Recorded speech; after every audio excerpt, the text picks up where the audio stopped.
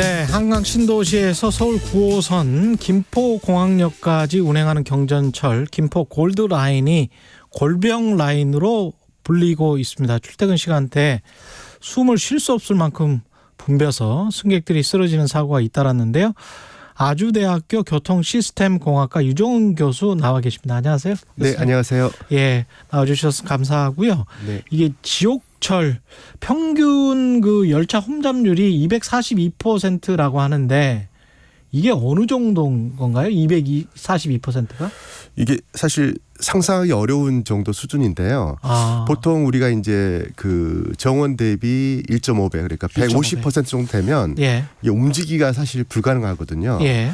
그리고 이제 그 전체 특성상 또 출입구 쪽에 조금 더 몰리시잖아요. 그렇죠. 그쪽에 평균 150이어도 사실 출입구 쪽에 몰려 있는 압박은 굉장히 심합니다. 예전에 그 서울시에서 이제 정말 이론적으로 한번 얼마까지 태울 수 있냐 봤더니 한 250% 정도면 이건 물리적으로 더 이상 안 된다. 뭐 이런 그 연구 결과도 있고요. 그래서 물리적으로 안 된다. 네, 더 이상 이렇게 뭐 물론 뭐 기네스북에서 뭐 티코에 사람 태우고 이런 거가 아닌 이상 이 거의 물리적으로 불가능하고요. 매일 아침에 그렇게 할 수는 없는 거 아니에요? 그렇죠. 예, 그래 불가능하고요. 예. 실제로 이제 한 175% 정도 넘어가게 되면 이게 이제 서로 이렇게 몸이 다 이제 부딪히고 그리고 굉장히 압박을 느낀다. 그렇기 때문에 일단 200이 넘으면은 사실은 그 굉장히 어렵고요. 특히 또 그 사람 심리적으로 이렇게 꽉 막혀 있으면 훨씬 시간이 또 길게 느껴지거든요. 폐쇄공포증. 그렇죠. 그래서 뭐 그 골드라인이 가장 긴 이제 시간이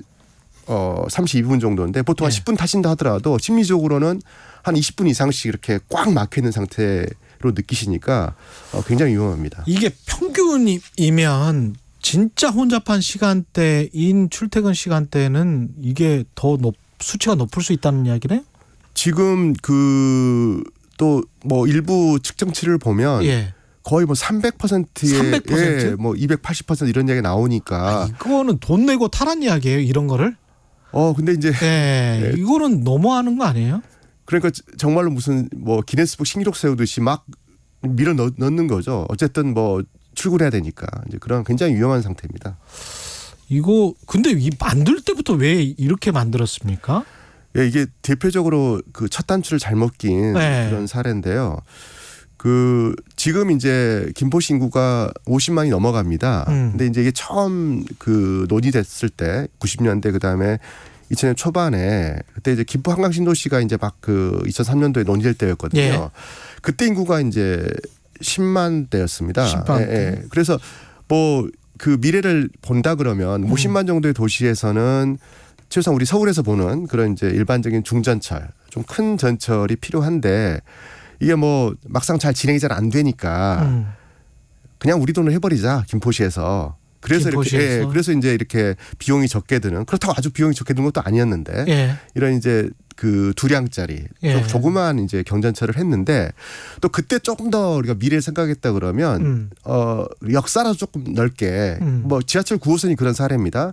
지하철 9호선은 처음에는 4량 그러니까 자동차 4개를 달고 다녔는데 혼잡 피지가 나중에 6량 이렇게 8량 늘렸잖아요. 그렇죠. 그거에 가능한 거는 역사를 좀 크게 여유 있게 만들었어. 근데 김포는 또 자기 돈으로 하다 보니까 역사 비용이 꽤 크거든요. 그래서 역사도 그냥 딱 그 전동차 2량에 맞게 진 거예요. 그러니까 지금은 뭐 역사를 헐고 다시 짓지 않는 한 이게 늘릴 수도 없는 상황입니다. 역사를 헐고 다시 짓지 않는 한 늘릴 수가 없습니다. 네. 지금 2량 그대로 갈 수밖에 없습니다.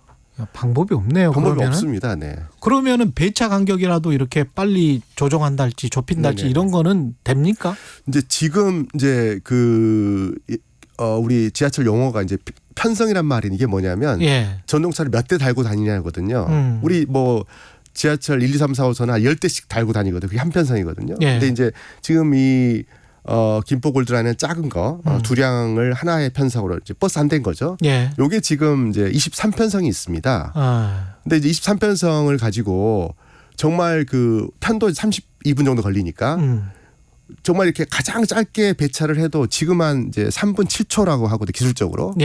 그러면 이제 이론적으로는 만약에 차를 더 사요. 자동차를 더 사서 한번 좁혀보겠다. 뭐 이제 배차 간격을 그런데 지금 지하철 2호선 같은 경우가 2분 30초거든요. 그러니까 아마도 더 줄여도 차를 아무리 사도 지금 3분 7초에서 이제 2분 30초 아래로 떨어뜨리기는 더 힘들거든요. 아, 그리고 여기 또 이제 맹점이 또 뭐가 있냐면 예. 배차량을 줄였어요. 예. 그러면 그 짧은 시간에 사람들이 타고 내려야 되잖아요. 아, 그렇다. 근데 이제 이렇게 뭐 300%, 250%이 정도로 사람이 몰리면 그렇지. 타고 내는 또 시간이 많이 걸려요. 그렇죠. 네, 그러니까 지금 3분 7초에서 뭐 더 이렇게 사고 해도 그닥 이렇게 아주 뭐 그러네. 획기적으로 그 용량을 늘리기는 쉽지 그리고 않습니다. 배차 간격을 너무 또 좁혀보면 사고 위험도 있을 수가 그렇습니다. 있겠습니다. 있습니다. 네. 예, 잘못해서 내리지도 않았는데 뭐 출발하다가 중간에 그렇게 큰 일이 난다거나 그러면은 다른 뭐 대체할 교통수단은 있을까요? 이게 이제 김포 신도시의 구조적인 문제인데요. 김포 원래 이제 김포 구도심과 이제 김포 한강 신도시인데 예. 이제 그 원래 우리나라 이제 수도권이 이 경부축을 중심으로 개발이 되다 보니까 그랬죠. 이쪽 서측 경기도 서측에는 조금 인프라가 좀 별로 없었어요. 그래서 그러니까 지금은 사실 그 검단이라든지 한강 신도시가 굉장히 큰 도시가 들어섰음에도 불구하고 그쪽에서 서울 쪽으로 오는 길을 보면 48번 국도가 김포대로라고 이게 이제 가장 큰 거고요. 그 다음에 한강 신도시 만들면서 올림픽대로 연결되는 한강에 따라가는 이제 그 김포 한강로가 있습니다. 이 간선들이 2개예요. 그러니까 이 정도 규모의 도시에서 나와서 서울로 진입하는 주요 간선도로가 달랑 2개 있다 보니까 거기에 뭐 아침 뭐 하루 종일 막히죠 거기가.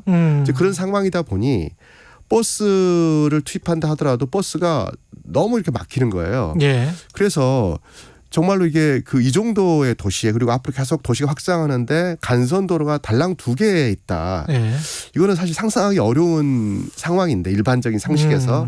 근데 어쨌든 지금까지 그렇게 유지되고 있습니다. 그래서 그러니까 이렇게 위험한데도 그 전철로 몰릴 수밖에 없는 그러네요. 그런 구조적인 문제가 있습니다. 그럼 버스 전용 차례를 확대하고 병목 구간에 어떻게 좀 그 해결을 한다고 하더라도 그게 안 되는 겁니까? 그래도 일단은 그거가 전용 차로를 과감하게 더 이렇게 확대하고 예. 그러면 뭐 원성이 대단하겠죠. 승용차 이용하시는 분들이 그렇죠. 지금도 막히는데 이제 그렇지만 이거는 정말 위급 상황이니까 그런 어떤 시민들 좀 이해도 구하고요. 대중교통 이용하시는 분들을 과감하게 위해서 이제 그 어차피 승용차도 막히는데 버스를 탔더니 갔더니 뭐 이렇게 버스가 계속 와서 안 기다리고 타고 또 탔더니 우리 경부고속도로 이제 그 전용차로 보면은 승용차는 막혀 있는데 빨간 버스들 빨리 달리잖아요. 예. 이런 모습을 좀 보여줘야 됩니다. 그래서 승용차 타시는 분들 정말로 이제 지옥이 되겠죠.